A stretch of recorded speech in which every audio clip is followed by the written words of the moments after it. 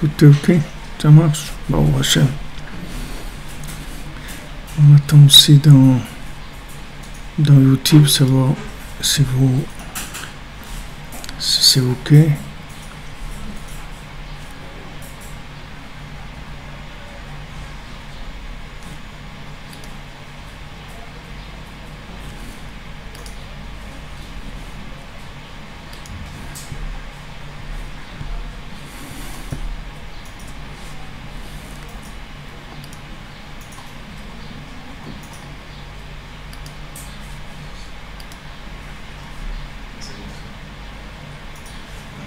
Ouais.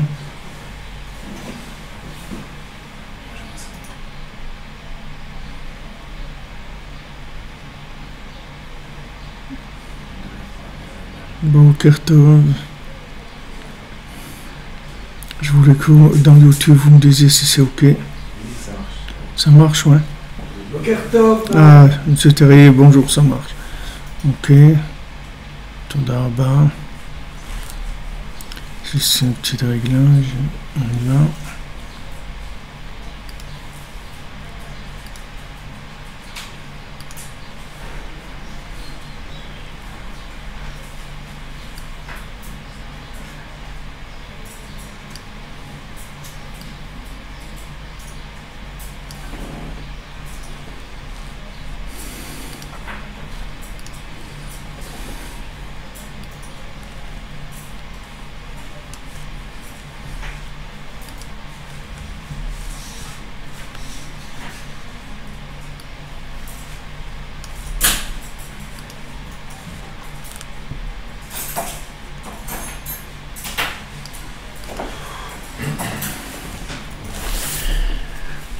Ok, alors Boker Tov, shalom tout le monde, à tous et à toutes, nos fidèles élèves présents, assidus, au Hachem, Ashrenu. Alors une bonne journée, une bonne semaine après le jeûne, ça donne un coup de départ, présent Hachem, l'Atzlacha, c'est un zman mesougal, c'est un temps où on peut arriver à faire beaucoup de choses, réussir beaucoup de choses, présent Hachem.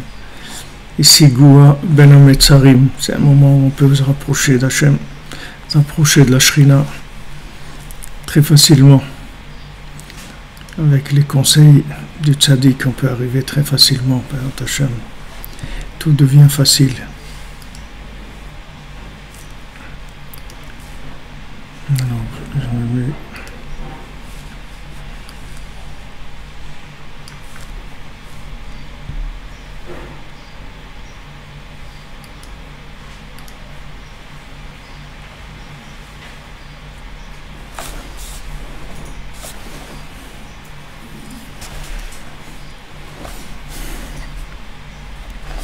Alors hier, on était arrivé on avait parlé de la menorah, que les sept branches du chandelier, ils s'incluaient dans Echad, toutes s'élevaient dans Echad.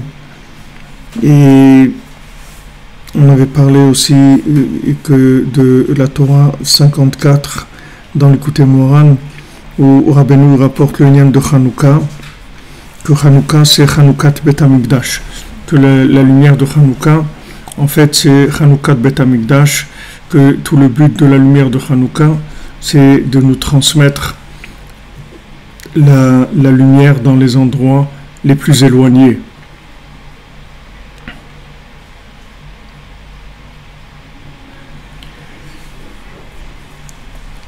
Quand on arrive à faire descendre les lumières dans les endroits les plus éloignés, c'est comme ça qu'on construit le Beth Amikdash. Donc c'est ce qu'on a développé hier, c'est ce qu'on a expliqué hier. Donc c'est pour ça que ces moments-là, qui sont ces quelques semaines où il y a une emprise des forces négatives pour essayer de nous décourager, de nous dire que Chas v'Shalom, Akadosh Baruch Hu nous a oubliés, ou Akadosh Baruch Hu il est plus avec nous, ou Chas v'Shalom que le temple il va pas être reconstruit, ou toutes sortes de bêtises comme ça. Il faut savoir que ce sont les moments propices où justement on va avoir le plus possible le libre arbitre, c'est-à-dire la certitude que tout ça c'est pas vrai, c'est-à-dire que Hachem il est toujours là. En fait, le temple, il est toujours là, et le temple, il n'a jamais été détruit. Et c'est tout que de l'illusion, c'est tout. Mais le temple, il est toujours là. Baruch Hashem, la Shrina, elle est toujours là, et il n'y a rien qui a changé. Il suffit d'avoir de la Emouna et de se prendre en main, et de demander à Hachem, et on voit sa réponse, on voit comment il est là avec nous.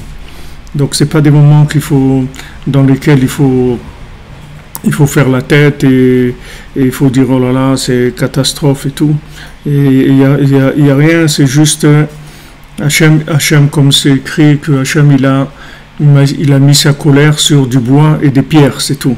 Al etzim ve'avanim, il a mis Chamato al etzim ve'avanim, sa colère il l'a placé sur du bois et des pierres, c'est tout. Mais lui il est jamais parti. Lui, il n'est jamais parti, il ne s'est jamais absenté de nous, il est toujours là avec nous. D'ailleurs, vous pouvez le voir tous les jours. Si Hachem n'était pas là avec nous, ça fait longtemps qu'on n'aurait été qu'un vague souvenir que tout le monde aurait aimé effacer très rapidement. Mais Hachem, il est là avec nous tout le temps. Donc le but en fait, des lumières de Hanouka, c'est d'arriver dans les endroits les plus éloignés. Et quand on aura éclairé les endroits les plus éloignés, à ce moment-là, on pourra remettre en place, reconstruire le Beth Amikdash. Donc le Beth Amikdash, il dépend de comment on va arriver à transmettre la conscience de la présence divine dans les endroits les plus éloignés, chez les gens qui ont le moins envie, chez les gens qui sont le plus énervés, chez les gens qui sont le plus déçus, chez les gens qui sont le plus malheureux. C'est ces gens-là c'est de eux que va dépendre la reconstruction du temple. Tous les univers, ils attendent après eux. C'est ces gens-là qui vont décider si maintenant il va y avoir la reconstruction du troisième temple ou pas. Les gens qui sont déjà avancés, qui ont un peu de conscience, qui ont un peu qui parlent un petit peu avec Hachem, il n'y a pas de problème. Mais les gens qui sont pleins de questions, qui n'ont pas envie, qui sont très très en colère, parce que si vous voulez, il y a la réaction inverse. Bien que maintenant Hachem il a beaucoup de miséricorde et il envoie des âmes qui ont eu beaucoup de difficultés à être réparées, et il les envoie dans une génération où c'est sûr qu'elles vont être réparées, puisque Rabbi Nachman dit que tout celui qui se rapproche de lui, il va être réparé. C'est-à-dire, il garantit ça, il dit que jamais Hachem va lui enlever quelqu'un, ne va lui enlever une personne tant qu'il ne l'a pas réparé. Donc tout celui qui vit dans ces générations, depuis que Rabbi Nachman est venu dans le monde, et qui a connu Rabbi Nachman de près ou de loin, du moment où il a eu un rapport avec lui quelconque, ou un rapport avec un élève, d'élève, alors il rentre dans un cycle de réparation. Donc ça, c'est un cadeau d'Hachem, qu'Hachem il a fait, qu'il a donné une force réparatrice comme ça à Rabbi Nachman, qui est capable de descendre dans les individus les plus éloignés, les plus énervés, ceux qui sont ceux qui sont vraiment très très en colère d'être revenus plusieurs fois. Alors chez ces gens-là, Akadosh Baruch Hu, il a envoyé Rabbi Nachman pour aider ces gens-là. Donc maintenant qu'il y a ça, il y a des gens que c'est difficile pour eux. Comme il y a des gens qui sont à l'hôpital, on est en train de les soigner et tout, mais ils sont très énervés. Parce qu'ils sont énervés d'être malades, c'est tout. C'est pas parce qu'ils sont énervés c'est pas parce qu'ils sont méchants ou parce qu'ils en veulent ou qu'ils sont pas reconnaissants. C'est que le fait qu'ils sont malades, ils sont énervés. C'est-à-dire que ils aimeraient être bien. C'est vrai, il y a des jours où vous voulez être quelqu'un de normal et tout, vous aimeriez être normal. Et c'est fatigant toujours d'être bipolaire, schizophrène, explosé entre deux individus qui se donnent le dos et chaque jour vous savez pas lequel qui va dominer. C'est difficile d'être tout le temps comme ça en contradiction. Il y a des moments où les gens ils sont très énervés de ça. Mais c'est pas parce qu'ils sont pas bien, c'est pas parce ils sont pas énervés parce qu'ils ont de l'hérésie ou de la révolte contre Hachem. C'est juste le malaise d'être malade, c'est tout, d'être sous traitement. Alors comme c'est des générations de gens malades, alors c'est normal que les gens ils sont en colère. Ils sont en colère contre la vie, ils sont très découragés, etc. Parce que ça marche pas logiquement comme ils pensent. C'est pas comme les films qu'ils voient où il y a des choses qui ont l'air parfaites et tout. C'est pas des films. La réalité, c'est que les gens ils ont été réincarnés beaucoup de fois, ils sont fatigués, c'est tout. C'est fatigant et le fait que maintenant il y a toutes ces contradictions, que chacun et chacune vit des contradictions en permanence. C'est très fatigant, alors ça donne de la révolte intérieure, mais c'est pas que les gens ils sont pas bien. Tous les gens ils sont bien, tous les gens, bon Hachem, des gens qui sont des tzadikim, on voit tout le côté positif des individus extraordinaires. Non, le fait qu'il y a des gens qui sont énervés, c'est uniquement parce que c'est difficile pour eux. Donc maintenant, en fait, on va prouver la grandeur d'Hachem par le fait que ces gens-là, ils vont se maintenir et ils vont continuer à servir Hachem et ils vont pas du tout se décourager. C'est ça qui va prouver la grandeur de la Torah, la grandeur des tzadikim. Donc c'est une épreuve pour les tzadikim. La grandeur des tzadikim, c'est justement d'avoir beaucoup de miséricorde, comme des gens qui vont à l'hôpital, ils vont juste pour visiter les malades, ils leur amènent des bonbons, des trucs, ils leur amènent des petits jouets, ils leur font de la musique, il y a des gens qui vont leur font de la musique, des gens qui vont leur faire le clown, etc. Et nous, on est comme ça. C'est écrit que la shrina, elle se trouve à la tête du lit du malade. Et la shrina, elle est toujours à la tête du lit du malade. Qui c'est la shrina? La shrina, c'est les tzadikim. Le tzadik, c'est Anpe Shrinta. Anpe Shrinta. Voilà des gens, voilà notre ami Stéphane Toiti, 50 ans, il est célibataire de Natania, il voudrait se marier, il a 5 ans. Combien de gens ils sont seuls ici? Ils auraient aimé se marier.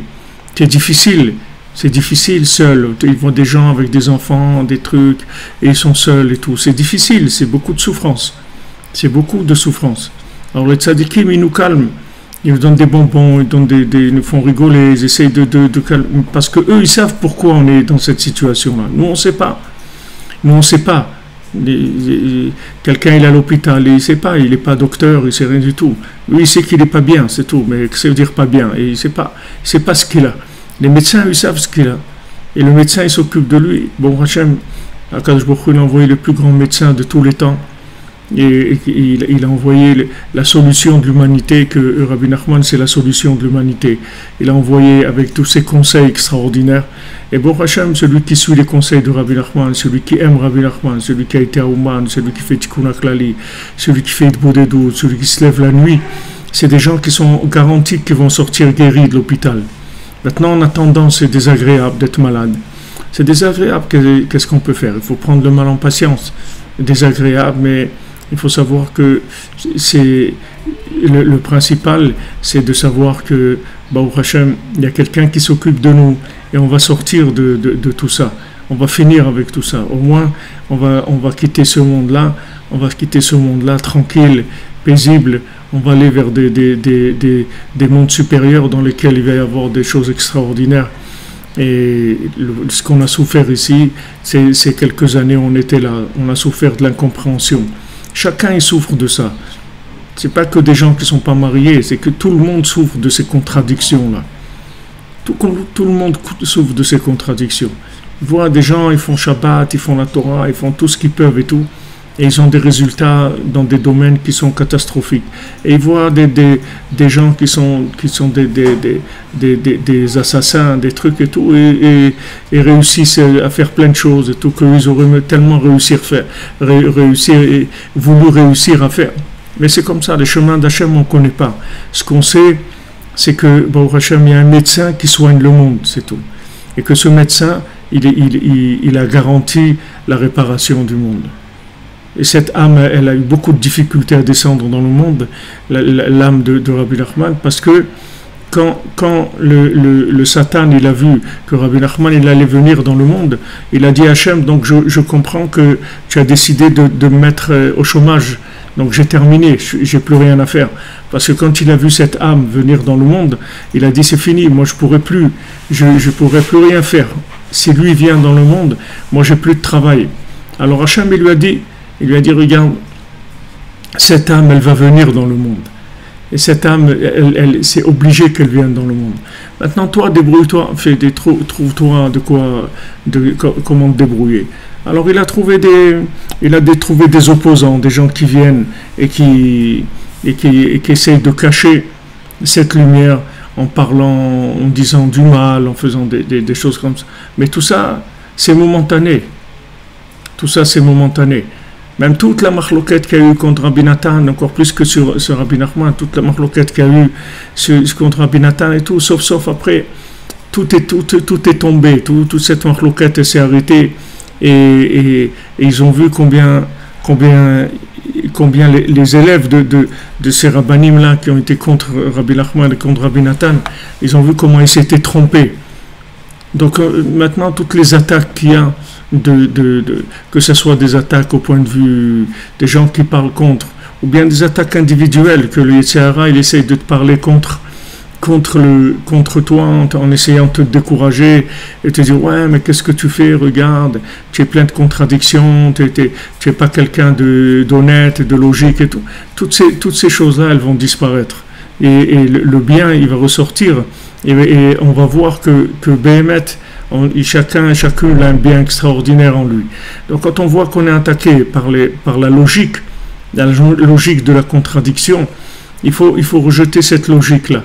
Il faut se baser sur ce qu'on a reçu, de Rabbi Nachman, que c'est sûr qu'il va nous réparer, qu'on ne va pas quitter ce monde sans être réparé. Voilà, c'est tout. Avec ça, ça nous suffit, on n'a pas besoin d'autre chose. Maintenant, quand le Yetzirah vient avec de la logique, ouais, mais regarde et tout, moi, je ne sais pas comment ça marche. Moi, je ne suis pas médecin. Moi, tu veux savoir comment ça marche, je vais parler avec le tzaddik. Moi, je ne sais pas comment ça marche. Moi, je vais chez le dentiste et il prend une perceuse, il me fait encore plus mal que le mal que j'ai, il creuse, il fait des trucs et tout. Mais ce que je sais, c'est qu'après, quand je sors, j'ai plus mal, c'est tout. Ça, je le sais, que quand je vais sortir, je vais plus avoir mal. Comment il a fait quoi? Je sais pas, moi, je suis pas dentiste, c'est pas mon métier. Moi, je suis pas réparateur. Moi, je viens parce que j'ai besoin d'être réparé. Moi, je suis pas quelqu'un qui répare. Donc, on ne pose pas de questions. Comment logiquement ça marche? J'ai aucune idée. Mais je sais que Rabbi Nachman, il a dit, voilà, moi je vais te soigner complètement, tu vas sortir réparé de ce monde. Voilà, c'est tout, j'ai une garantie, je m'appuie sur ça. Et quand maintenant la logique, elle vient de m'attaquer, en me disant, mais regarde ce que tu as fait, ta vie, c'est quoi, des trucs, etc. J'ai dit, moi je sais pas, tu m'excuses, mais le traitement, je sais pas du tout à quoi ça ressemble. C'est pas moi je suis venu chercher un médicament, moi, je suis pas médecin. Donc il y a un médecin de la génération qui est responsable. Et lui, il nous dit voilà que c'est comme ça. Alors on est tranquille. Et tout le temps il faut retourner à ça. Parce que sinon si on voit dans les contradictions dans lesquelles on rentre, on va être très triste, on va être très stressé si on voit les contradictions. Rabbi Nachman il dit le Yetzer Hara, c'est ramené dans la Gemara dans Sukkot, que le Yetzer Hara il a 7 noms. Il a 7 noms, le Yetzer Hara. Mais Rabbi Nachman il a dit maintenant, le Yetzer Hara, on ne va plus l'appeler avec ces 7 noms, on va l'appeler avec un nouveau nom, on va l'appeler Koach Hamdameh, la force d'imagination, c'est tout. Mais il n'y a pas de. C'est-à-dire, tous les Yetzer Hara qui avaient les 7 noms, c'est par rapport aux 7 branches de la Menorah qu'on dit ici, c'est-à-dire aux 7 midot. C'est-à-dire, il y avait un Yetzer Hara de midot, c'est-à-dire, il y avait les Yetzer Hara par rapport au chesed, le chesed exagéré, Abraham Avinu, la Kivura exagérée, Yitzhak Avinu, le Yetzer Hara dans le Tiferet, dans Netzar, dans Hod, dans Yesod, dans Malchut. Il y a un Yetzer Hara. Chaque fois, le Yetzer Hara, il est venu par rapport à une certaine mida, par rapport à une certaine mesure. Mais Rabbi Nachman dit maintenant, il n'y a plus de mesure. On ne parle plus de mesure. C'est un monde de fou, il n'y a plus de mesure. Il n'y a plus de mesure, ça part dans tous les sens, il n'y a pas de mesure du tout. Tu ne peux pas suivre logiquement quelque chose. Il n'y a pas de logique, ni dans la politique, ni dans le comportement humain, ni dans l'art, ni dans le business, ni dans rien du tout. Il n'y a pas de logique aujourd'hui. Aujourd'hui, le Yetzer Hara qu'il y a, il s'appelle Koach Hamdameh. Il s'appelle Koach Hamdameh, c'est-à-dire c'est l'imagination. Tout le lien du Yetzer Hara aujourd'hui, c'est de te faire imaginer des choses, c'est tout. Il te présente sous une forme imaginaire. Alors comment tu vas lutter contre lui? Tu vas te raccrocher à des choses qui sont des valeurs qui sont immuables, des valeurs absolues, du real estate, comme on dit real estate, des choses du réel. Du réel, c'est quoi? C'est la émoula. C'est que le Rabbi Nachman il dit, voilà, moi je te répare, moi je suis garant pour toi, moi je fais tchouva pour toi. Moi, je te répare, tu ne quitteras pas le monde sans être réparé. Voilà, il faut s'accrocher à ça. Parce que la réalité, elle va nous tromper. Parce que la réalité d'aujourd'hui, c'est de la folie totale. Ce n'est pas de la réalité. Il n'y a aucune réalité aujourd'hui. C'est-à-dire, ce qu'on voit, c'est imaginaire. Ce n'est pas réel. Il y a eu des époques où il y avait des choses qui étaient réelles. Aujourd'hui, il n'y a pas de réalité. La réalité, c'est l'imagination totale. Donc, pour lutter contre l'imagination, il n'y a qu'une possibilité, c'est l'imagination dans la Kedusha. Et l'imagination dans la Kedusha, c'est la Emouna. La Emouna, c'est imaginer le bien. C'est imaginer que c'est bien. Vous ne pourrez pas vous rendre compte que c'est bien. Parce qu'il n'y a pas, il n'y a pas de mesure. Mais par contre, ce que vous pouvez, c'est imaginer que c'est bien. Vous pouvez imaginer que c'est bien. Mais vous vous rendez compte, merci, vous vous rendez compte que c'est bien, vous n'allez pas vous rendre compte que c'est bien. C'est très rare les moments de chesed d'Hachem où on se rend compte que c'est bien. La plupart du temps, on ne va pas se rendre compte que c'est bien. On va s'imaginer que c'est bien. Et avec ça, ça va être bien. Une fois, quelqu'un est venu voir Rabbi Nathan, il a dit, je suis brisé parce que quand je rentre chez moi, c'est une catastrophe. Il me dit, qu'est-ce qu'il y a? Il dit, voilà, je rentre chez moi, je travaille dur toute la journée, et je rentre chez moi, et ma femme, elle commence à m'insulter, elle commence à me dire des choses pas bien, et elle prépare pas à manger, il n'y a rien à manger. Et la maison, c'est une poubelle, il y a des trucs partout, c'est l'horreur. Et voilà, alors je suis malheureux et tout. Alors Rabbi Nathan, il lui a dit, regarde, le problème, c'est que quand à chaque fois que tu rentres chez toi, tu t'imagines qu'on va t'accueillir en te disant, bienvenue mon chéri, tu as travaillé tellement dur aujourd'hui, ça a été tellement dur pour toi aujourd'hui. Viens, il y a un bon repas qui t'attend, regarde, la maison est bien rangée, tout est impeccable. Voilà, tu veux rentrer chez toi avec ça. Alors après, quand tu rentres, tu n'as que des déceptions. Alors tu as déception sur déception sur déception sur déception, et après tu es par terre. Alors Rabbi Nathan lui dit, regarde, tu vas essayer autre chose. Quand tu vas rentrer chez toi, tu vas t'attendre au pire. Tu vas t'attendre au pire.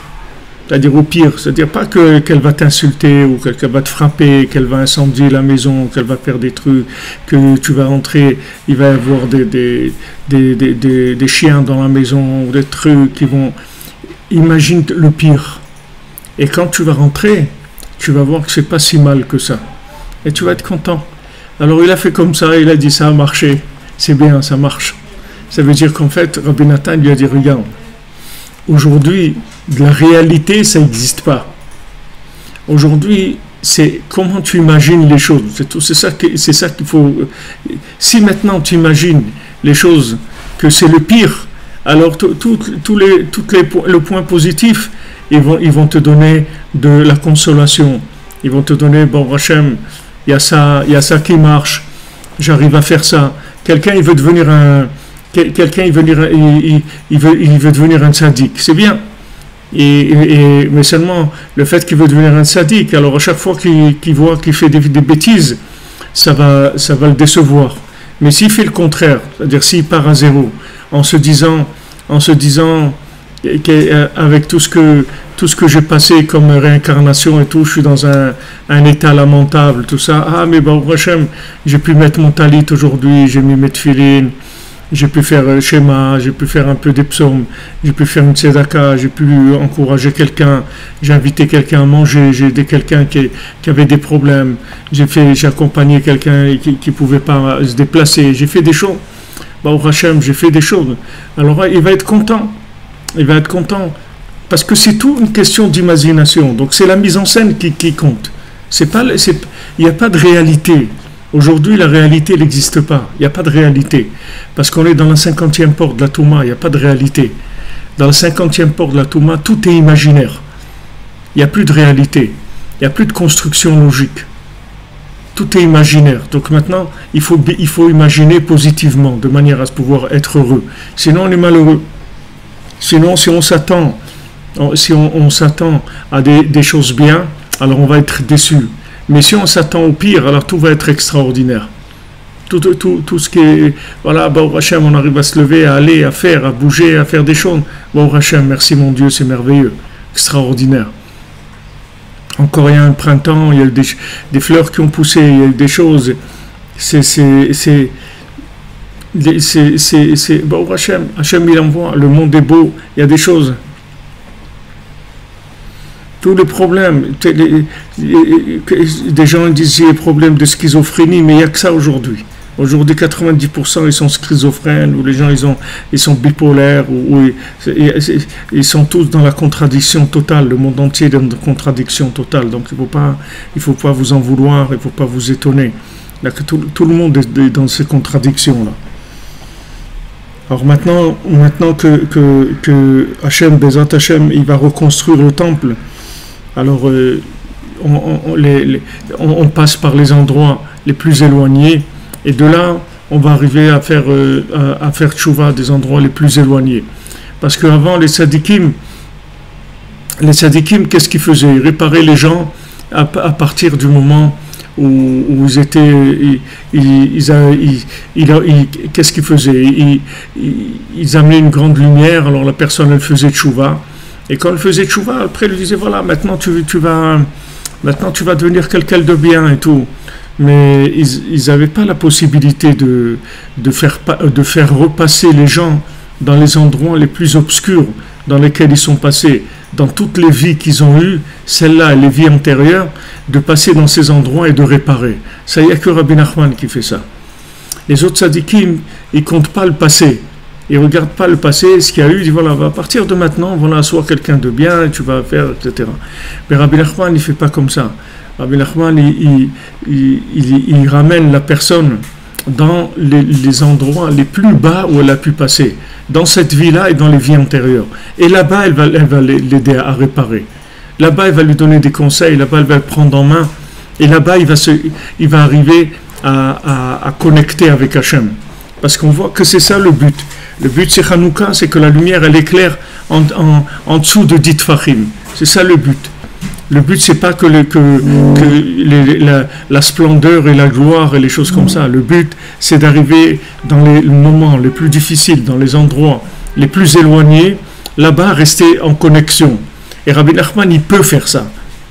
Rabbi Nachman, il peut faire ça, c'est-à-dire il peut aider quelqu'un, bien que la personne, elle soit dans des endroits, elle passe par des endroits les plus bas, et ça c'est voulu, on va la faire repasser par les endroits les plus bas qu'elle a jamais eu connus, même qu'elle ne se rappelle pas, c'est-à-dire des endroits dans lesquels elle est passée dans d'autres vies, pas dans celle-là, dans d'autres vies elle est passée dans des endroits, elle va repasser par tous ces endroits-là. Et là-bas, Rabbi Nachman, il va lui prendre la main, il va l'aider, là-bas il va faire quelque chose de bien, et il va réparer cette chose-là. Et il va réparer Mamash. C'est pas comme ça, on dit, bon allez, c'est pas grave ce qu'il y a eu et tout, c'est pas grave. Non, non, il n'y a pas, c'est pas grave. On veut une réparation totale. Une réparation totale, c'est pour ça que Rabbi Nachman, il s'engage à réparer chacun jusqu'à Adam Arishon, jusqu'au premier homme. Tout ce qu'il a passé, tout ce qu'il a passé comme réincarnation jusqu'au premier homme, parce que il a les moyens d'amener la lumière dans les endroits les plus bas. Donc il va faire passer des personnes dans les endroits les plus bas que logiquement il comprend rien à sa vie, il comprend rien pourquoi les choses elles sont comme ça, à l'envers, et que ça marche pas comme il veut, qu'il n'est pas réussi comme il pense que c'est les critères de réussite. Il faut pas aller dans la logique de la réussite, parce qu'aujourd'hui, il n'y a aucune logique du tout. Tout tourne en permanence, il n'y a pas de logique. Donc il ne faut pas aller dans le chemin de la logique, parce que c'est un chemin de tristesse. Il faut aller dans le chemin de la émouna, de dire voilà, Baruch Hashem, Kadosh Baruch Hu, il a envoyé un tzaddik, ce tzaddik il m'a donné des conseils, il m'a dit de parler un peu avec Hashem, et que ça répare tout. Rabbi Nachman dit tu parles avec Hashem un petit peu, tous les jours, ça répare tout. Tu fais du l'écouter de filote, un petit peu tous les jours, ça répare tout. Rabbi Nathan, il dit combien de tzadikim ils sont dans le paradis grâce à mon l'écouter de filote. Voilà l'écouter de filote. Bon, Hashem, il y a en français, il y a en anglais, il y a en espagnol, il y a en hébreu, c'est quoi, lire une page par jour. Et voilà, tu vas voir par au Gan Eden. Tu te lèves au milieu de la nuit, tu parles avec Hashem, avec ça tu deviens un réparateur universel. Avec ça tu deviens quelqu'un qui répare le monde. Tu vas avoir un niveau de participation à la réparation universelle. Regarde, tu as des petites choses à faire qui te donnent des résultats énormes. Mais tu dois t'accrocher que à ça. Accroche-toi à la mouna, à ces choses-là. Ne regarde pas logiquement ce qui se passe. Parce que logiquement, tu ne comprendras rien du tout. La réussite d'aujourd'hui, elle n'est pas logique. Donc tu peux pas savoir. Il n'y a pas de résultat dans la logique. Tu ne vas pas voir des résultats dans la logique. Les résultats, c'est que tu vas continuer à tenir et à faire le bien que tu fais. Il y avait un Breslever que sa vie, elle n'était pas facile et tout. Il a beaucoup de problèmes. Il était nerveux, il était pauvre, il avait beaucoup de problèmes. Alors, les gens lui demandaient, ils disaient mais tu te lèves tous les soirs à Chatzot et tout. Et on voit que ta vie, elle est pas, on voit pas tellement les résultats dans ta vie que ça marche, que ta vie, elle s'est arrangée. Alors il leur a dit, vous n'avez rien compris. Vous savez quel est le résultat que j'ai que je me lève à Chatzot? Qu'est-ce que j'obtiens quand je me lève à Chatzot? C'est que je me lève le lendemain à Chatzot. C'est ça que j'obtiens. C'est pas la réussite. C'est ça la réussite. Qu'est-ce que c'est la réussite? La réussite, c'est de continuer. C'est ça la réussite. Les gens croient que la réussite, ils doivent avoir des résultats. C'est pas les résultats, c'est d'arriver à continuer. C'est ça les résultats. C'est pas les gens ils veulent que ça change, mais ils comprennent pas que c'est pas ça qu'il faut chercher à voir. Il faut savoir que si tu continues, c'est ça qu'il y a de plus extraordinaire. C'est que tu arrives à continuer, c'est ça qui est extraordinaire. C'est pas d'attendre des améliorations, des changements. Il faut dire, bon, Hachem, encore aujourd'hui, j'ai attrapé Nidbodedou, j'ai attrapé un Chatzot, j'ai attrapé. C'est ça qui compte. C'est ça qui compte. Voilà notre ami Aurélien à Paris, comme ça fait 12 ans, 14 ans, il est là, il te Nidbodedou tous les jours. Voilà, des fois, il m'envoie, aujourd'hui, j'ai fait 2 heures, Vifra, j'ai fait 2 heures de Nidbodedou, tous les jours. Ça fait 12 ans, 14 ans. Et il ne voit rien dans sa vie. Il est dans le trou noir, dans le trou normand. Il ne voit rien. Il ne voit rien dans sa vie. Mais Baruch Hashem, il est content parce qu'il arrive à faire ça. Et comme Rabbeinu dit, si tu fais Idbo des doutes, tout est réparé. Donc il sait que tout est réparé. Ah, maintenant il ne voit pas. Ok, il ne voit pas, c'est pas important. Pas besoin de voir. Tu ne peux pas voir. Puisqu'il n'y a pas de logique. Pour voir, il faut qu'il y ait de la logique. Il n'y a pas de logique. Donc il n'y a pas de résultats qui sont des résultats qui sont sensibles dans la logique. Et avec le temps, tu verras des résultats. Mais ça prend du temps. Ça prend beaucoup de temps. Mais tu verras des résultats. Tu verras des changements. Quand tu regarderas 20 ans en arrière ou 30 ans, tu verras qu'il y a eu des changements énormes. Mais il faut pas te briser parce que tu ne vois pas de résultats. Parce que c'est pas ce qui compte, c'est que tu arrives à continuer. C'est ça le plus grand résultat. Parce que du moment où les résultats ils sont garantis par un maître comme Rabbi Nachman, vous pouvez être tranquille que ce qu'il a dit, ça va se réaliser. Donc il n'y a aucun problème là-dessus. Donc c'est pour ça que cette lumière de Hanouka, c'est elle qui va reconstruire le Beth Amikdash. C'est-à-dire le fait que la lumière, elle descend éclairer les gens qui sont le plus bas, c'est ça maintenant qui va faire que le Beth Amikdash il va être reconstruit. C'est qu'il y a eu une Torah qui est venue dans le monde et qui peut éclairer les gens les plus éloignés. Donc ça c'est la réparation de la faute des explorateurs, que c'est eux qui ont entraîné la destruction du temple. Puisque maintenant, Akadosh Baruch Hu l'a dit, puisque maintenant vous avez pleuré pour rien, alors je vais vous fixer des pleurs qui vont être pour quelque chose. C'est-à-dire vous allez pleurer pour la destruction du temple. Quand ils ont pleuré le soir de Tisha B'Av pour ne pas rentrer en Eretz Israël, ils ont dit ouais, c'est quoi, on va aller dans un pays où c'est tellement difficile et tout. Alors Hachem dit, moi je vous ai dit que c'est bien et tout, vous pleurez pour ça. Alors vous allez voir, vous allez pleurer. C'est-à-dire que maintenant les Meraglim, c'est eux qui ont entraîné la destruction du temple, puisque la destruction du temple, en fait, c'est la concrétisation des larmes de rage qu'il y a eu. C'est-à-dire, il y a eu des larmes de rage parce que les gens, ils ont dit, ça veut dire que tout ça, en fait, on s'est fait arnaquer depuis qu'on est sorti d'Égypte, tout ce qu'on a passé dans le désert, tout ça. C'est une arnaque, puisqu'en fin de compte, après, ils nous amènent dans un pays où, voilà, on a des témoignages de logique que c'est catastrophique, c'est très dur, il y a des géants, il y a des trucs là-bas, une terre qui mange ses habitants, c'est catastrophe et tout. Donc tout ça, c'est une arnaque et tout. Ils ont pleuré parce qu'ils ont pleuré qu'ils se sont fait arnaquer. Et ils ont complètement déconnecté de la Emouna. Alors ça a entraîné les larmes de la destruction du temple. C'est ça qui a entraîné la destruction du temple. Alors maintenant, comment on va reconstruire le temple? On va reconstruire le temple par le fait qu'on va amener de la lumière dans les zones les plus éloignées. C'est ça la reconstruction du temple. Prinat tikun chet hameraglim shegarmu chorban bet hamikdash ayin sham einan al pi hanan bevora gam hetev inyan ze kanal veze shamru rabtenu zal bagmara shlichut minalan. Donc les Chamim, ils ont dit dans la Gemara, dans le Talmud, d'où on sait qu'on peut rendre quelqu'un un chaliar, c'est-à-dire qu'on peut faire que quelqu'un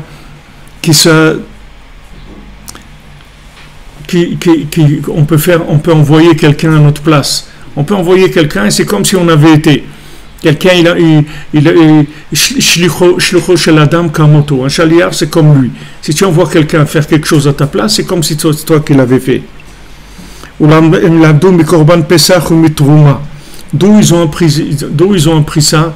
Ils ont appris ça du sacrifice de Pessah et de la trouma. De la trouma, c'est-à-dire ce qu'on prélevait sur tout ce qui poussait, etc. On prélevait la trouma qu'on donnait au Kohen. C'est la partie, comme on dit, la dîme qu'on prélevait pour le Kohen, ce qu'on prélevait pour le Kohen, pour le Lévi. C'est écrit qu'ils allaient le sacrifier, toute la communauté d'Israël, ils allaient sacrifier le Korban Pessah, c'est-à-dire le sacrifice de Pessah. Alors ils ont pris aussi pour la Trouma que celui qu'on envoie, il doit faire partie de l'alliance. Aïn Sham.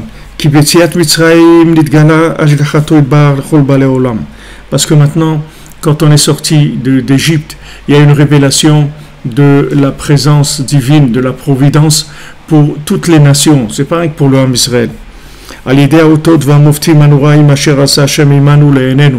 que Hachem il a fait des miracles à nos yeux, des miracles extraordinaires. Vous croyez que ça s'est pas entendu dans le monde? Dans le monde entier, ils ont entendu la sortie d'Égypte. C'est pas quelque chose qui est passé inaperçu. Partout dans le monde, ils ont entendu qu'il y a eu des plaies comme ça sur l'Égypte et qu'il y a eu l'ouverture de la mer Rouge. Tout ça, ils ont entendu dans le monde.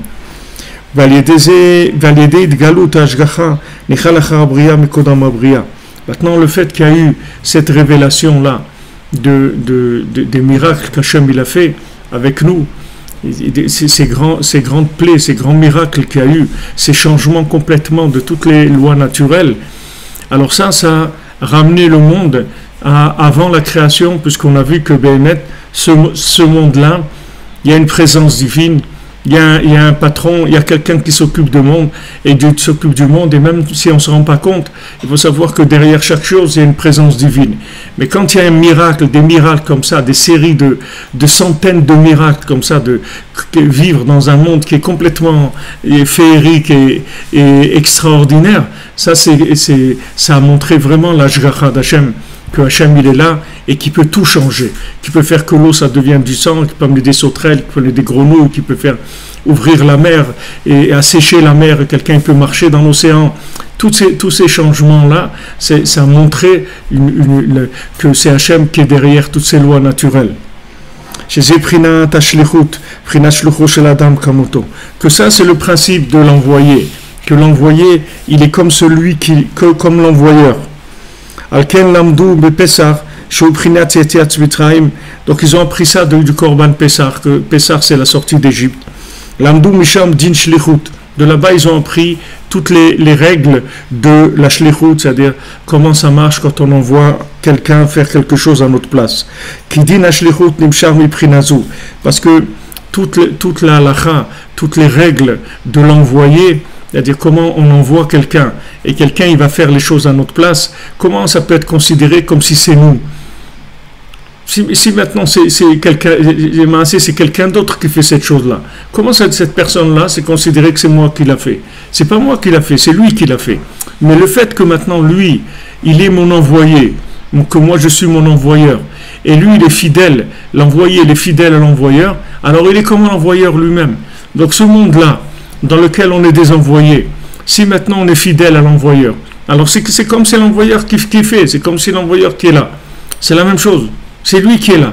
Maintenant nous qu'est-ce qu'on fait? On fait que ce qu'il nous a dit de faire, c'est tout. Alors c'est de là qu'on apprend toutes les halachot du shaliach, de l'envoyé. Comme maintenant à Pessah, il y a eu une prise de conscience énorme de la présence divine, puisqu'il y a un changement de la logique. La logique, c'est quoi? C'est d'imaginer l'autofonctionnement de ce monde. C'est ça la logique. La logique, c'est de croire que ce monde, il peut marcher sans l'intervention d'Hachem. Et il marche sans l'intervention d'Hachem. Je crois que maintenant, le printemps est venu parce que c'est le printemps, c'est tout. Et pourquoi c'est le printemps? Parce que c'est le printemps. Mais pourquoi? Comment ça marche? Alors, voilà, il y a des lois, il se passe ça, il y a un réchauffement, il y a ça qui se passe, etc. Et c'est le printemps. Non, le printemps, c'est Hachem qui le fait. L'été, c'est Hachem qui le fait. L'automne, c'est Hachem. L'hiver, c'est Hachem. Tout ce qui se passe dans le monde, c'est Hachem qui le fait. Si maintenant, tu rentres dans la logique, alors cette logique-là, ça déconnecte du système d'envoyeur et d'envoyé. C'est-à-dire, tu crois plus que tu es un envoyé, tu crois que tu es là en indépendant. Tu crois que tu es un travailleur indépendant. Tu n'es pas un travailleur indépendant. Tu es un envoyé ici. Tu travailles pour quelqu'un. Il y a un patron qui a créé le monde et t'a mis là, dans ce monde-là. Et c'est lui qui a créé toute cette mise en scène de ce que tu vois. Et c'est lui qui t'a créé. Et c'est lui qui t'a mis ici. Donc maintenant, fais les bons choix que tu as à faire. C'est tout. Fais les bons choix par rapport au fait que tu es un envoyé. Comme on dit dans les slichot, Aneshamalach va gauchelach. L'âme, elle t'appartient et le corps, il t'appartient aussi. Donc, il n'y a pas de travailleur indépendant. Tu es indépendant de quoi? Tu t'es fait toi-même. Si maintenant tu t'étais fait toi-même, tu t'es construit toi-même, si tu t'es construit toi-même, ok, tu peux dire je suis indépendant, c'est moi qui me suis fait. Mais tu t'es pas fait, ok? Ton âme, elle n'est pas à toi, ton corps, il n'est pas à toi. Donc, si ces deux éléments, ils ne sont pas à toi, alors rien qui est à toi. Qu'est-ce qui peut être à toi? Puisqu'avec quoi tu as fait quelque chose? Avec tes mains, avec ton corps, il ne t'appartient pas, donc c'est pas à toi. Avec quoi tu as compris des choses, toi? Avec ton âme, alors elle ne t'appartient pas, donc c'est pas toi qui as compris. Alors qu'est-ce que tu es en fait? En fait, tu n'es rien. Tu es un envoyé, c'est tout. Tu es un envoyé, c'est tout. Mais si jamais tu te considères comme indépendant, alors là tu n'existes pas du tout, tu n'as aucune existence. Tu n'as aucune existence parce que tu rentres dans un statut qui est faux, il n'existe pas. Le statut de freelance, de travailleur indépendant, il n'existe pas. Tu peux pas recevoir quelqu'un. Si tu veux, tu peux rentrer dans une usine.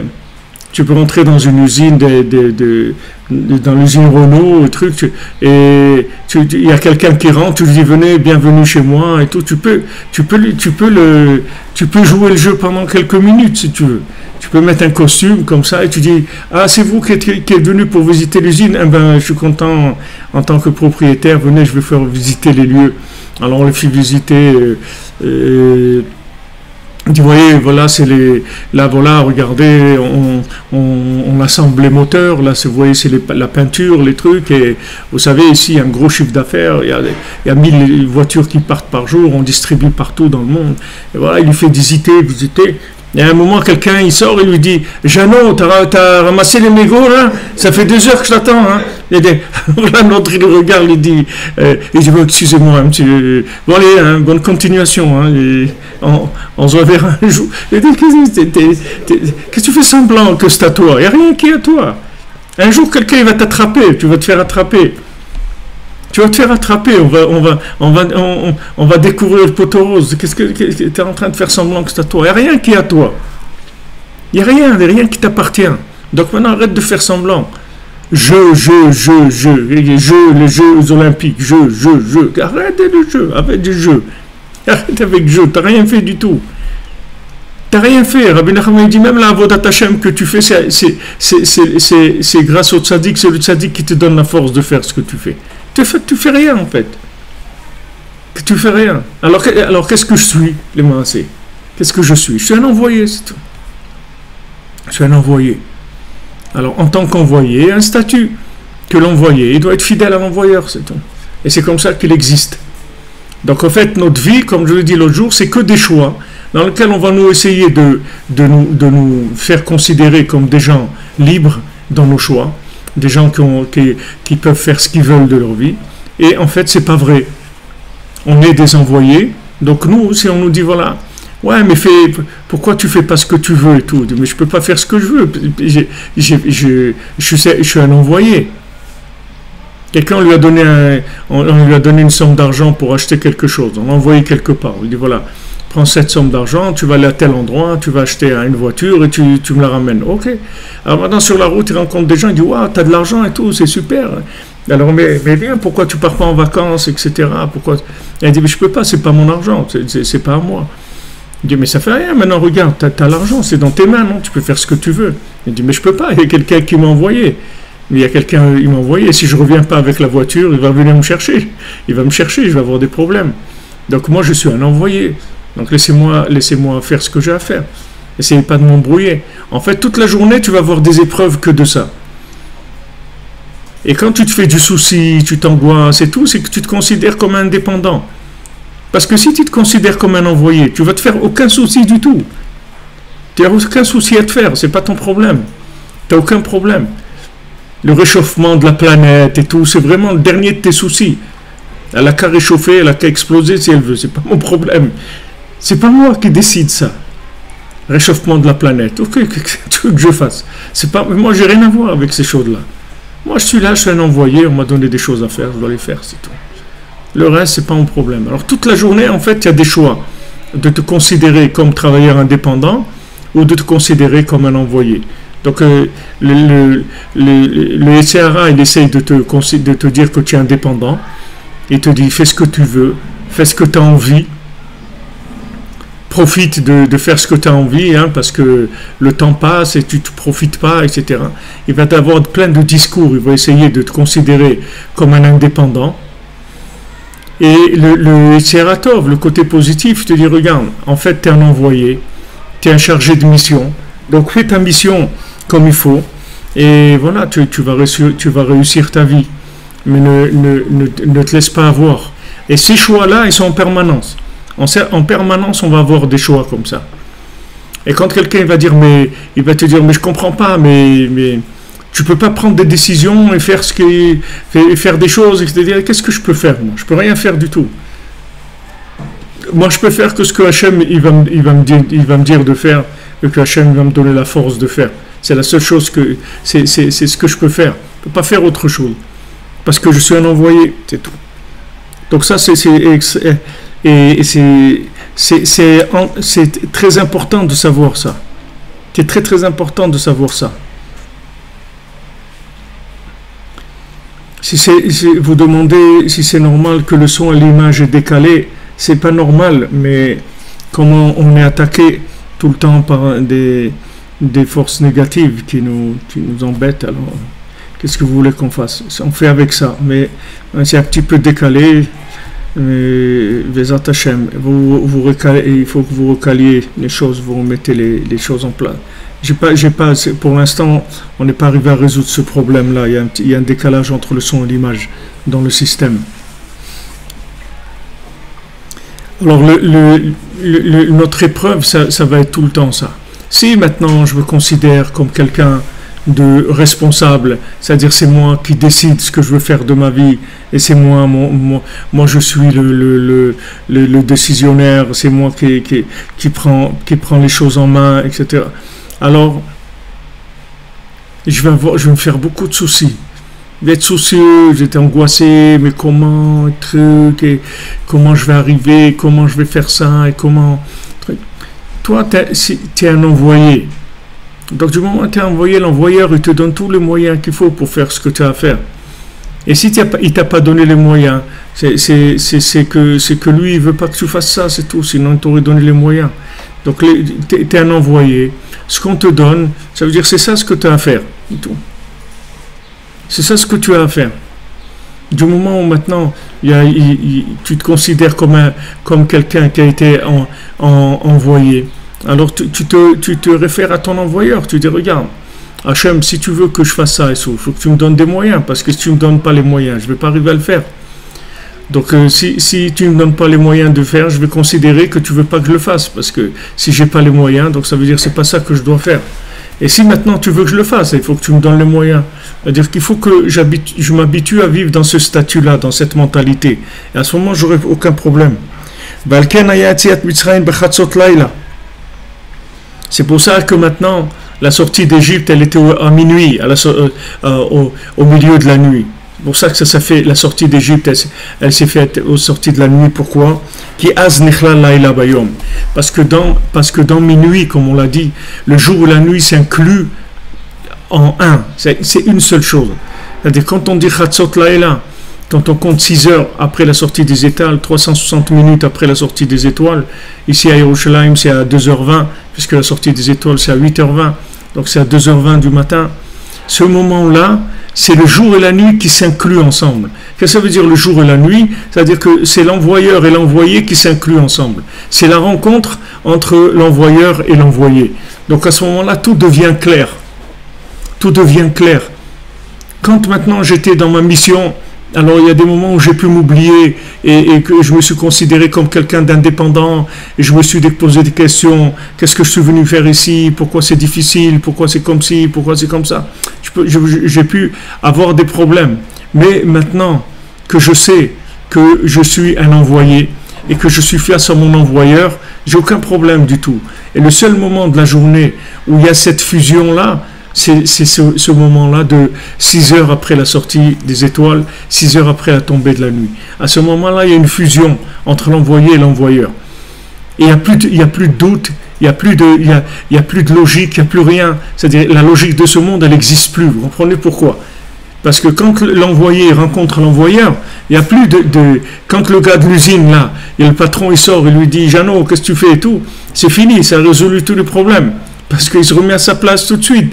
Avant, il pouvait faire le malin. Il fallait se prendre, ouais, j'ai réussi, vous comprenez, j'ai fait des études, j'ai réussi, j'ai fait ça, j'ai construit, j'ai fait ci, j'ai fait ça. T'as rien fait du tout. T'as rien fait. T'as rien fait. T'as rien fait du tout. Tu es envoyé, tu es chargé de mission, on t'a donné des moyens pour faire ce que tu as à faire. Ok? Tu es devenu riche parce que tu as des choses à faire. Tu n'es pas riche parce que tu as des choses à faire. Tu es marié parce que tu as des choses à faire. Tu n'es pas marié parce qu'il y a des choses à faire. Tu es en bonne santé parce qu'il y a des choses à faire. Tu es malade parce que tu as des choses à faire. Mais toi, tu fais rien du tout. Toi, tu es un envoyé, c'est tout. Chaque situation dans laquelle on te met, c'est la situation de l'envoyeur qui t'a mis là-dedans. Si tu vis avec ça, tu verras que tu seras tranquille tout le temps. Tu vas gérer tout ce qui se passe dans ta vie comme étant la volonté d'Hachem. Donc c'est fini. Il n'y a plus la pression que tu dois arriver à quelque chose, tu dois faire quelque chose, la plupart des gens, ils se posent comme but qu'il faut avoir de l'argent, il faut avoir beaucoup d'argent. Mais pourquoi il faut avoir beaucoup d'argent? Parce que les gens ne se considèrent pas comme des envoyés. Ils veulent se considérer comme des gens indépendants. Et d'être indépendant, ça coûte très cher. Et même si tu as tout l'argent du monde, tu ne pourras pas être indépendant. Tu ne pourras pas être indépendant. Tu n'auras pas, comme l'a dit Steve Jobs, voilà, maintenant je suis malade et tout. Je n'arrive plus à être indépendant. Tout le temps j'étais indépendant, j'ai fait ce que je voulais avec mon argent, etc. Mais maintenant voilà, je suis malade, je veux me débarrasser de ça, j'arrive pas, je peux pas. Ah, maintenant tu es bloqué. Ça y est, l'envoyeur il te rattrape. À un moment ou à un autre, l'envoyeur il rattrape l'envoyé. C'est une question de temps, c'est tout. Mais les gens ils veulent beaucoup d'argent pour être indépendants. Tu n'as pas besoin d'être indépendant. Quand ils cherchent la princesse disparue à la fin, celui qui dirige tous les vents, il lui dit regarde, il demande au petit vent, il dit comment c'est là-bas, il dit c'est un endroit, tout est très cher là-bas. Alors il dit au second du roi, il dit je vais te donner une petite pochette, et chaque fois que tu as besoin d'argent, tu mets la main dedans et tu vas. Mais il ne lui a pas donné une somme d'argent. Il lui a donné un petit kéli, une petite pochette, il dit quand tu as besoin, tu prends, c'est tout. Parce que si maintenant tu te considères comme envoyé, il n'y a aucune raison qu'il te manque quelque chose. Pourquoi il va te manquer quelque chose? Celui qui t'envoie pour une mission, il ne peut pas t'envoyer en mission alors qu'il va te manquer les outils pour faire ta mission. C'est impossible. Et si ça arrivait une absurdité comme ça, c'est lui qui a un problème, c'est pas toi. Toi, tu es chargé de mission, tu fais. Donc maintenant, tu as besoin d'outils pour ça. Ok, il va te les donner. Et il ne te les a pas donnés. Ça veut dire que c'est pas ça que tu dois faire, c'est tout. Pas compliqué. Par contre, si tu as des outils, il faut que tu saches comment les utiliser. Il faut faire attention, parce que si tu utilises ces outils-là pour tes intérêts à toi, c'est-à-dire que tu oublies que tu es un envoyé, alors tu peux avoir des problèmes. Il faut que maintenant, ce que tu peux faire, c'est-à-dire tous les moyens que tu as, tu les utilises par rapport à l'envoyeur pour faire ce que tu as à faire. Et si maintenant il te manque des moyens, que toi tu imagines que si tu avais ces moyens-là, tu aurais fait des choses, ben sache que c'est de l'imagination totale, c'est pas vrai. Parce que l'envoyeur, il ne va pas te priver des moyens, puisque lui-même, il est intéressé pour ce que tu fasses ton travail. Donc, il ne va pas t'enlever ça. Alors, à ce moment-là, celui qui a le mérite de se lever à ce moment-là, 6 heures après la sortie des étoiles, et ça dure pendant 2 heures, ce moment-là de fusion entre le jour et la nuit, ça va adoucir toute la rigueur du monde, tout. Puisque toute la rigueur, c'est la tromperie qu'il y a entre le jour et la nuit, c'est là où il va y avoir toute la logique qui va rentrer. C'est bien beau, là, les gens ils se permettent de faire de la philosophie, d'écrire des théories, de politique, le capital, les trucs, les trucs, des idées dans tous les domaines, les idées sur les rêves, sur la psychologie, sur la psychanalyse. Ok, écris ce que tu veux. Tu peux écrire ce que tu veux. Mais sache que sauf, tu es un envoyé, c'est tout. Sache que tu arriveras, un jour ou l'autre, tu reviendras à la case départ parce que tu es un envoyé. Donc arrête de délirer, arrête de faire des élucubrations, arrête de faire trucs. Plie-toi à ce que l'envoyeur t'a demandé de faire, fais-le et tu seras heureux, c'est tout. Et tu seras heureux. Arrête de te perdre dans les faux chemins de l'indépendance. de croire que l'indépendance, ça rend heureux. L'indépendance, ça rend pas heureux. Les moyens d'être indépendant, ça rend pas heureux. Ce qui rend heureux, c'est quand tu es en accord avec l'envoyeur. Quand l'envoyé il est en accord avec l'envoyeur, c'est ça les clés du bonheur. Il n'y a pas d'autres clés du bonheur. Parce que n'importe comment que tu seras, si tu es en décalage par rapport à l'envoyeur, tu ne pourras pas être heureux. C'est impossible. Même ton corps il ne pourra pas être heureux si tu le soignes pas, si tu t'occupes pas de lui. Si maintenant tu as des plaisirs qui détruisent ton corps il va te rattraper, il va te rendre malheureux. Tu peux pas, tu es obligé de le respecter. Tu es obligé de respecter ton corps. Tu ne peux pas aller faire ce que tu veux. Tu es obligé de respecter ton corps, tu es obligé de respecter ton âme, tu es obligé de respecter ce monde. Parce qu'Hachem, il t'a donné ce monde-là, il ne faut pas le détruire. Hachem, ce monde-là, il ne t'appartient pas. Tu es un envoyé, tu prends ce qui t'appartient, ce que tu dois faire. Tu prends les outils que tu as besoin, c'est tout. Tu prends pas plus, tu prends pas moins. Mais ce moment-là, ce moment-là de Chatzot, c'est un moment extraordinaire. Ça adoucit toute la logique du monde. Toute la logique du monde, c'est-à-dire ça enlève complètement les angoisses de je dois faire ci, je dois faire l'autre. Tu dois être un bon chaliar, c'est tout, un bon envoyé, qui est honnête par rapport à son envoyeur, c'est tout. Et si tu veux maintenant recharger la conscience d'être un envoyé, c'est à ce moment-là. Puisqu'à ce moment-là, tous les tzadikim, ils sont avec Hachem dans le Gan Eden, et toutes les portes du ciel elles sont ouvertes, et il y a une communication énorme entre les mondes supérieurs et les mondes inférieurs. Vous voyez dans le conte dans lequel on étudie l'infirme, vous voyez quand il arrive à l'endroit où le jour et la nuit se rencontrent, où le soleil et la lune se rencontrent, il arrive à cet endroit-là.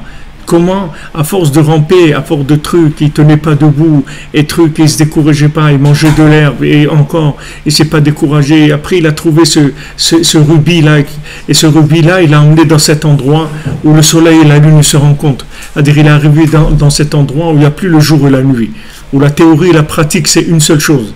Il n'y a plus de différence entre la parole divine et le vécu. Tout est une seule chose. Ma vie, c'est la parole divine. La parole divine, c'est ma vie. Je vis ce que Hachem, il veut de moi. Et moi, je veux ce que Hachem, il attend de moi. Moi, je veux faire ce que lui veut. Et lui, il veut faire ce qui est bien pour moi. Et moi, je veux faire ce qui est bien par rapport à ce qu'il m'a demandé. C'est-à-dire, il y a une fusion de ces deux choses-là. Comme le Magan David, c'est-à-dire les deux triangles, ils se fusionnent. Ils rentrent l'un dans l'autre. Ils se fusionnent complètement. Alors ce moment-là, c'est un moment capital, c'est un moment primordial que Rabbeinu il a insisté sur ça. Et tous les tzadikim, ils ont parlé de Chatzot, tous les tzadikim. Rabbeinu n'a rien amené de nouveau, mais Rabbeinu il a donné dans notre génération les points qui peuvent être les points qui sont vitaux. Comme les trucs, les gens ils font l'acupuncture et tout, il y a des points. Il y a des points de l'acupuncture. Dans cet endroit-là, voilà, ça calme la douleur de tel truc. Il y a des points. Il y a un point vital où il y a une possibilité de complètement résoudre le problème de la logique. C'est ce moment-là. Tu te lèves à ce moment-là, tu as recalé tout ce qui s'est décalé.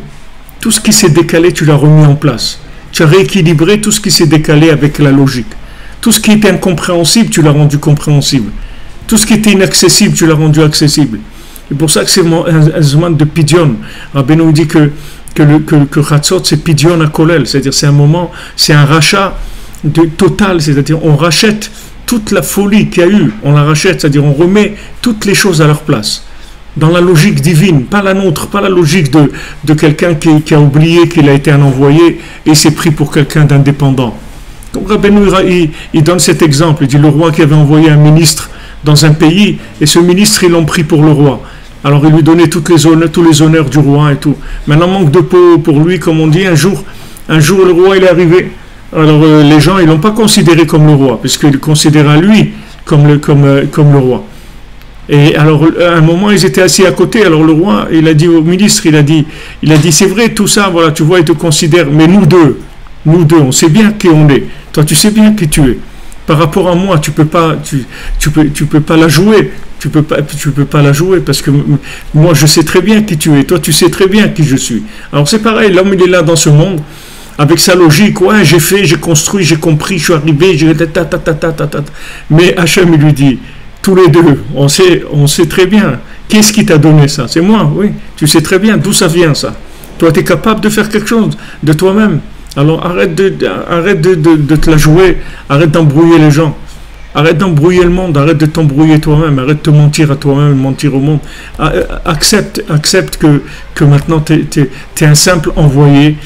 Et si tu fais ce que tu as à faire, tu vas devenir quelqu'un d'extraordinaire. Tu vas vivre une vie dans le bonheur, dans la joie, la réussite. Tu vas voir tout.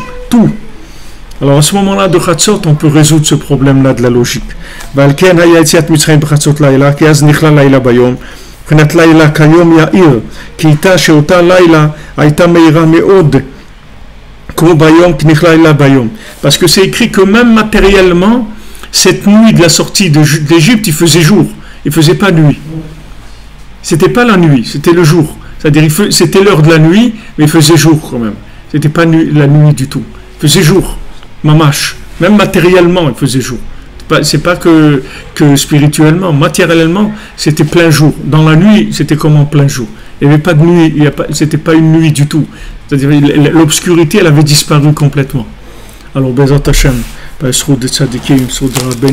que l'obscurité a disparu de notre vie et qu'on se trouve, Bezat Hashem, chacun, qu'on soit heureux à sa place, avec ce qu'on a, et qu'on se mette à notre poste de travail et faire ce qu'on peut faire dans la joie, dans la simplicité, en sachant que c'est la seule chose que Hachem nous demande en tant qu'envoyeur, c'est de faire ce qu'on peut faire là où on est, dans la joie, sans stress, sans angoisse, sans aucune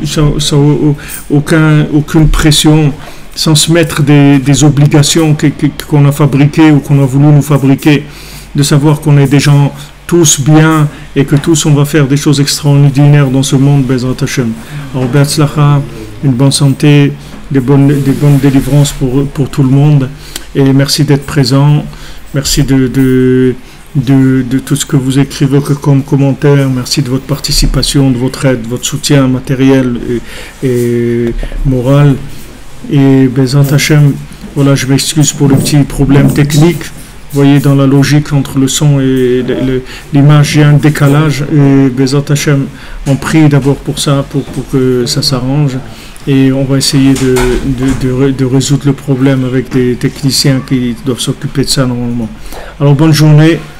Et on se retrouve, Bezat Hashem, à l'antenne demain. Be'atzlacha, que de bonnes nouvelles.